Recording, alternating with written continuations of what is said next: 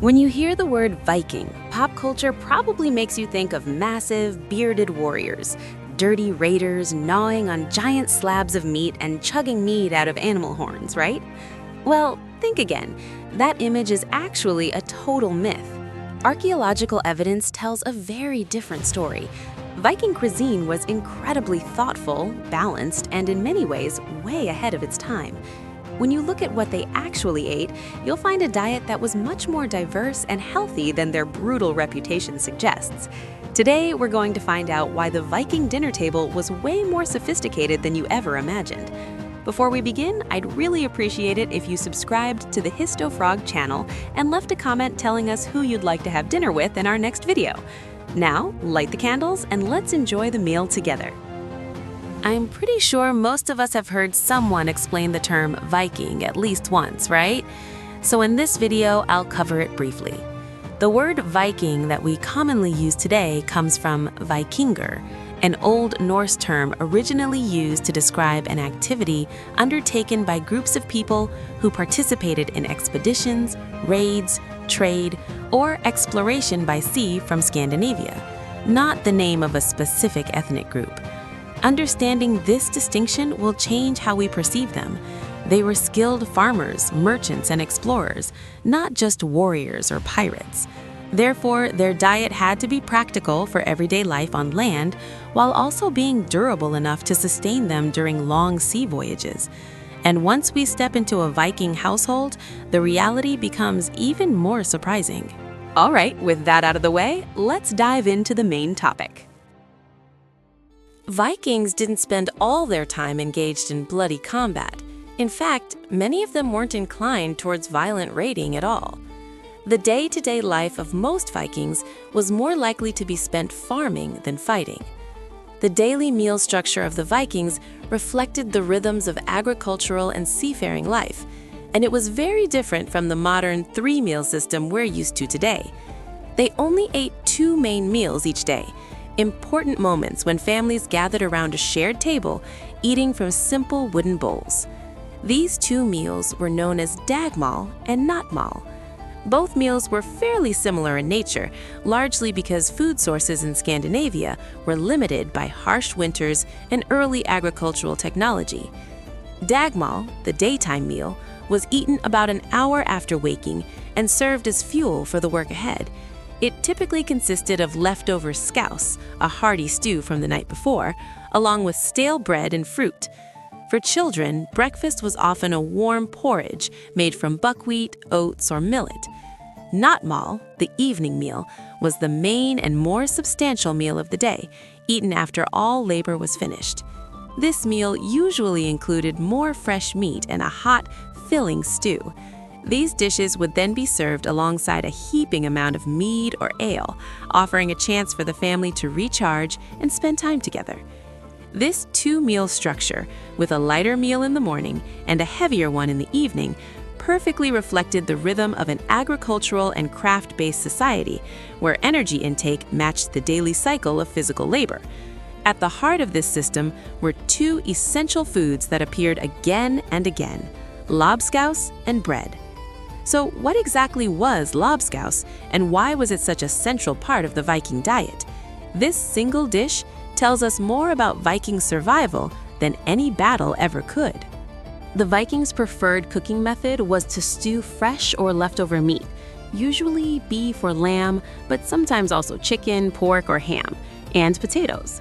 Other typical ingredients are vegetables such as carrots, onions, leeks, celery root, and rutabaga, spices such as pepper or ginger, salts, and herbs. But this was no ordinary stew. It was known as Lobscouse, often described as an everlasting stew, and the reason behind this name is genuinely fascinating. Nice. Each evening, they would ladle out the cooked portion to eat, but they always left the broth behind in the pot. The next day, new ingredients were added, and the stew was brought back to a boil. This process was repeated day after day, sometimes even for weeks, allowing the broth to grow richer and more flavorful over time. When left overnight, a layer of fat would rise to the surface, helping preserve the stew and protect it from spoilage. Lobscouse became the backbone of the Viking diet because it appeared at nearly every meal. Of course, they didn't live on stew alone. Vikings did roast meat on spits from time to time, but this was far less common and usually reserved for special occasions rather than daily meals. But meat was only one piece of a much larger survival system. When it came to protein, the Viking diet was surprisingly diverse. Meat was widely available across all levels of society. Farmers raised a range of livestock, including chickens, ducks, horses, cattle, oxen, and goats, with pigs likely being the most common. Livestock were typically slaughtered and preserved in November, creating essential food reserves to last through the long winter months. Hunting expeditions were also a regular part of life, usually taking place about once a week to supplement domestic food supplies. Vikings hunted hares, wild boar, game birds, squirrels, and deer. In northern settlements, particularly in places like Greenland, they also hunted seals, reindeer, and even polar bears. Nearly every part of the animal was used once it was brought back. Beyond meat for food, other parts, such as hides, bones, sinew, and antlers, were turned into tools, weapons, jewelry, clothing, rope, and even building materials. Fish was another cornerstone of the Viking protein supply. They consumed a wide variety of species, including freshwater fish such as salmon, trout, and eel, as well as saltwater species like herring, sailfish, and cod. Dried cod, known as stockfish, became especially important and was widely traded across Europe. To ensure food could last through harsh winters and long sea voyages, Vikings developed highly effective preservation methods. Smoking, salting, and air drying were commonly used for both meat and fish. One particularly distinctive method involved fermenting fish in whey, a process similar to the famous Swedish fermented herring, surströmming. Without these preservation techniques, Viking exploration would have been impossible. Dairy products also played a major role in the Viking diet.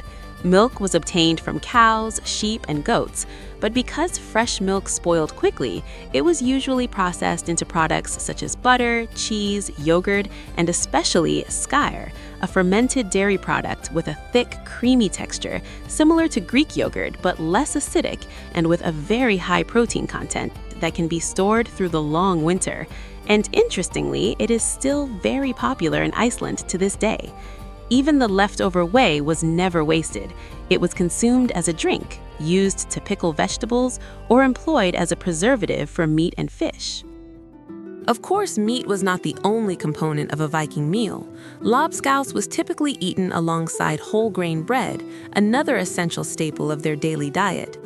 This bread was made from a mixture of grains such as wheat, barley, oats, and rye, often combined with legumes, honey, various seeds, and even ground tree bark to add flavor and texture. Vikings commonly baked their bread in pans placed beneath the scouse pot, directly over the cooking fire. Once cooled, the bread became quite hard, which made the stew especially useful for softening stale loaves. Viking gardens also produced a range of familiar crops, including onions, cabbage, beans, celery, carrots, and peas. Wild greens and seaweed were frequently added to the diet as well. Because of the harsh winters, fruit cultivation and preservation were essential. Berries, plums, and apples were dried and stored so they could be enjoyed year-round. Nuts, such as walnuts and hazelnuts, were either added into bread or pressed into oil. The Viking diet was surprisingly flavorful thanks to the use of seasonings like mustard, horseradish, and cumin. Honey was the only sweetener available to them and played a central role in their cuisine. It was added to bread, served with fresh or dried fruit, and used to produce mead, the iconic fermented honey drink closely associated with Viking culture. Clean drinking water was not always guaranteed in Viking villages, much like the situation in ancient Egypt, which we discussed earlier in our Dinner with Cleopatra video. As a result, beer became the primary beverage served alongside meals. Viking beer was brewed from malted barley and came in two main varieties, a lighter version and a stronger one. The lighter beer functioned almost like a daily drink, consumed as a refresher and commonly paired with dried meats and stockfish. It was mild enough that even children could drink it. The stronger version, however, was reserved for royal courts and special occasions, where it was enjoyed during festivals alongside batches of mead. Overall, the Viking diet was genuinely well-balanced. Modern research suggests that diets rich in fish, meat, and non-root vegetables, while low in refined sugar and excessive carbohydrates, much like the traditional Viking diet, may support brain health, help reduce the risk of dementia, and aid in weight management.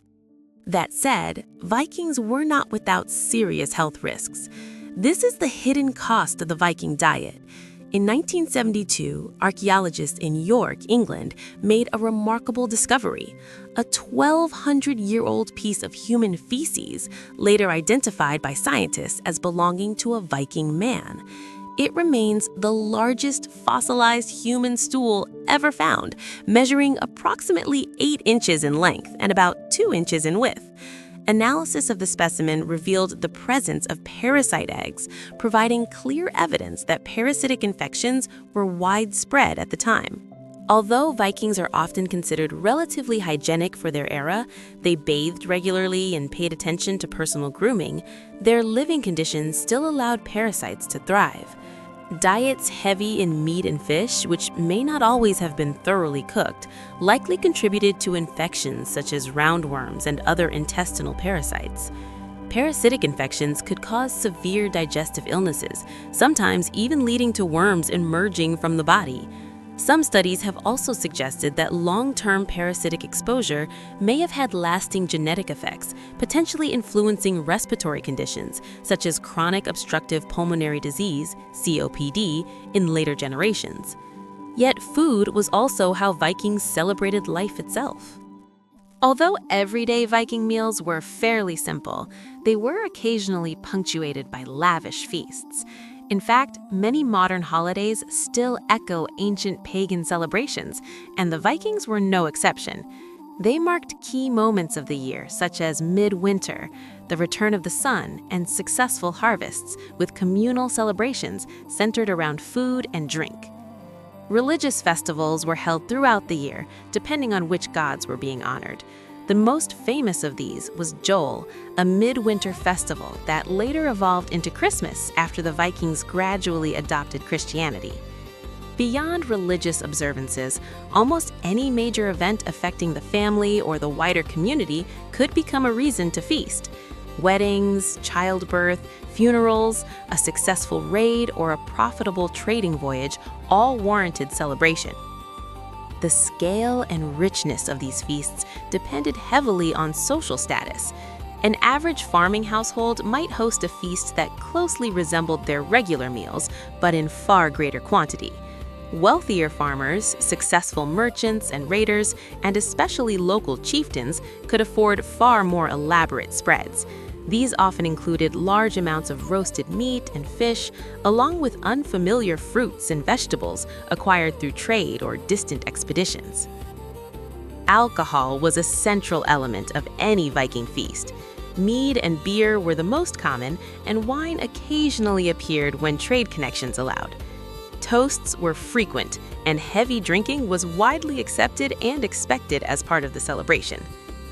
Feasts, however, were never just about eating and drinking. Entertainment played an important role as well.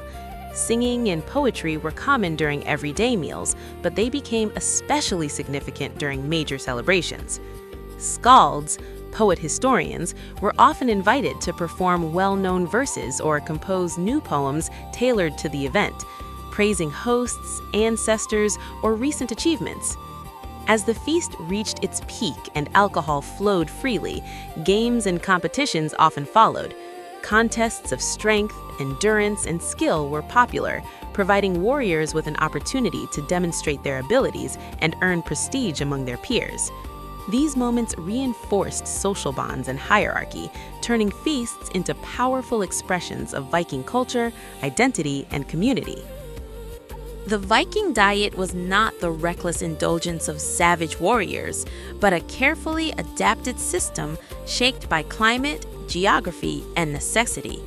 It was practical, resourceful, and remarkably balanced, built to sustain farmers, sailors, traders, and explorers through harsh winters and long voyages. In many ways, the Viking dinner table challenges our assumptions about the past and perhaps even invites us to rethink how we eat today. Sometimes, the most modern ideas are hiding in the most unexpected places. Now we'd love to hear from you. Which part of the Viking diet surprised you the most? Or which meal would you actually want to try? Let us know in the comments below. And if you enjoy uncovering the hidden, human side of history, be sure to explore more videos on HistoFrog. Don't forget to like, subscribe, and join us for our next journey into the strange, fascinating past.